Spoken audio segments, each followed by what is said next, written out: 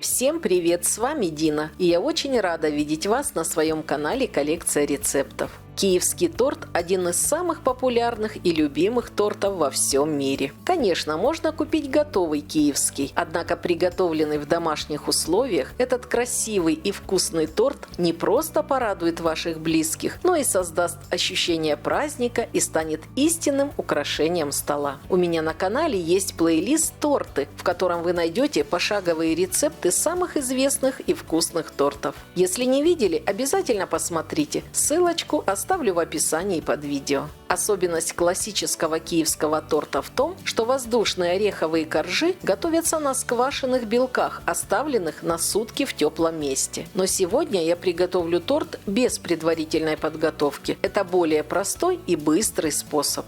Итак, приступим. Разделяем яйца на белки и желтки и выливаем белки, у меня комнатной температуры, в чашу миксера, которая обязательно должна быть сухой и чистой. На высокой скорости взбиваем белки с лимонным соком в крепкую пену.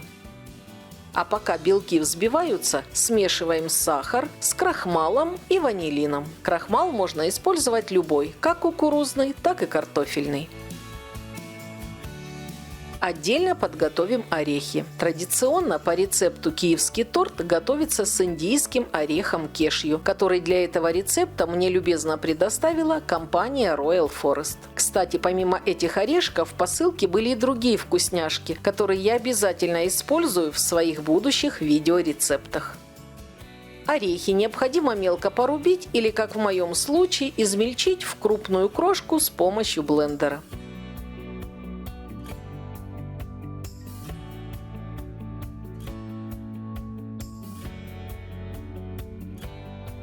А тем временем в хорошо взбитые белки постепенно добавляем смесь сахара и крахмала и продолжаем взбивать еще минимум 3 минуты. В итоге должна получиться вот такая устойчивая, глянцевая, очень крепкая пена. В хорошо взбитые белки аккуратно вмешиваем измельченные орехи.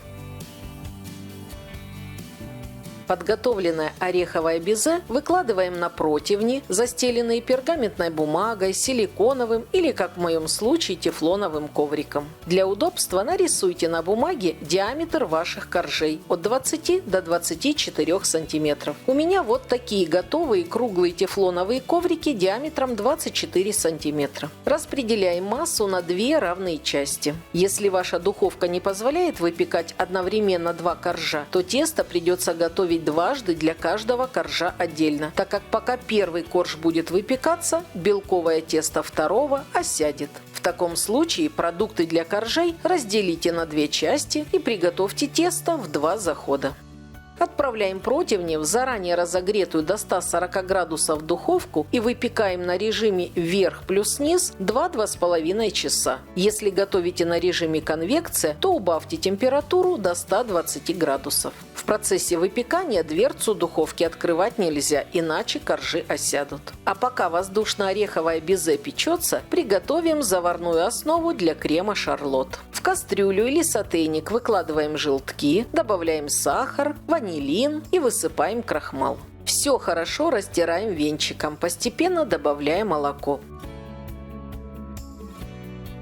Перемешиваем массу до однородного состояния и устанавливаем сотейник на плиту. На среднем огне, постоянно помешивая, доводим смесь до кипения, но не кипятим. Вот такой заварной крем должен получиться. По консистенции он больше похож на манную кашу.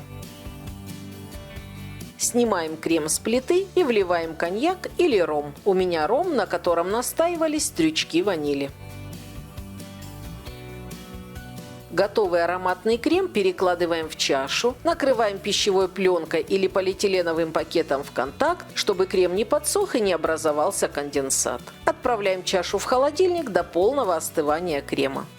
А тем временем, спустя 2,5 часа, белковые коржи приобрели кремовый цвет, они полностью готовы. Снаружи хрустящие, а внутри слегка мягкие. Достаем их из духовки. Переносим коржи на решетку до полного остывания, а пока приготовим крем-шарлот. Выкладываем мягкое сливочное масло в чашу миксера и взбиваем до состояния светлой пышной массы. Затем в несколько приемов добавляем остывший заварной крем, каждый раз хорошо взбивая. А пока крем взбивается, замечу, что белковые коржи для киевского торта можно приготовить заранее и хранить их в течение нескольких дней в сухом месте или в герметичной таре в морозилке.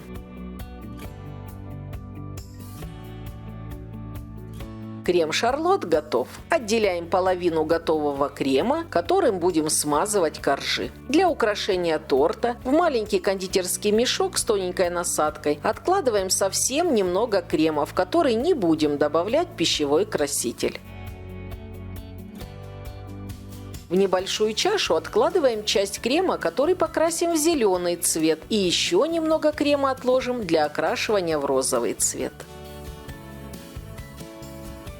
В оставшийся в чаше миксера крем добавляем какао-порошок. Старайтесь использовать качественное какао.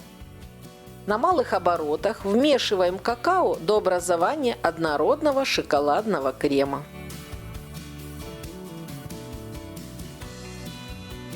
А сейчас окрасим отложенный крем в зеленый и розовый цвет. Зеленый для листочков я окрашу гелевым красителем.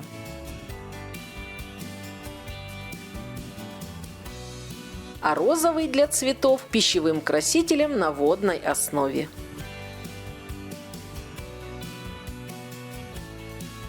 Перекладываем зеленый крем в кондитерский мешок с маленькой насадкой листик.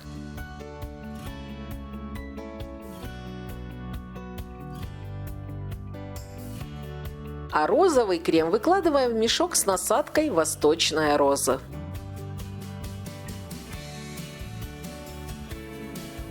Остается переложить немного шоколадного крема в кондитерский мешок с зубчатой насадкой для оформления бордюра. Для украшения торта можете использовать любые кондитерские насадки и оформить его на свое усмотрение.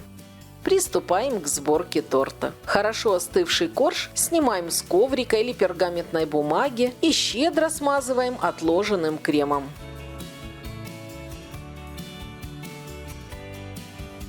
Сверху накрываем вторым белковым коржом, слегка прижимаем и обмазываем верх и бока торта шоколадным кремом.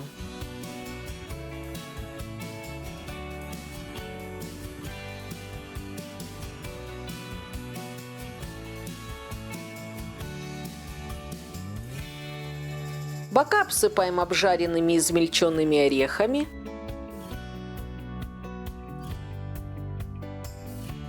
Сверху наносим сеточку из белого крема.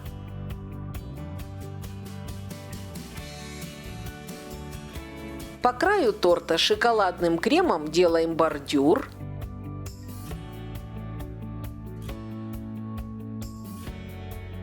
Из кондитерского мешка выпускаем розочки.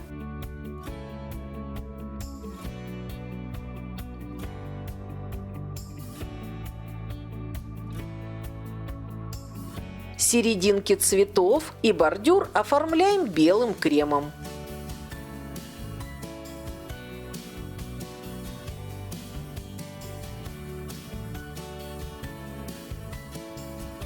И остается украсить композицию зелеными листочками. Вот и все. Наш киевский торт готов. Чтобы крем застыл и пропитал коржи, выдерживаем его в холодильнике несколько часов и подаем к праздничному столу. А теперь давайте разрежем и посмотрим, какой торт на разрезе. Торт получился очень вкусный, нежный, с воздушным ореховым безе. Все как в любимом с детства тортике. Благодарю компанию Royal Forest за предоставленные продукты. Специально для моих подписчиков компания дарит скидку 20% по по промокоду. Ссылку на интернет-магазин и промокод оставлю в описании. Попробуйте приготовить этот знаменитый торт своими руками. Я уверена, у вас все получится. Желаю вам приятного чаепития.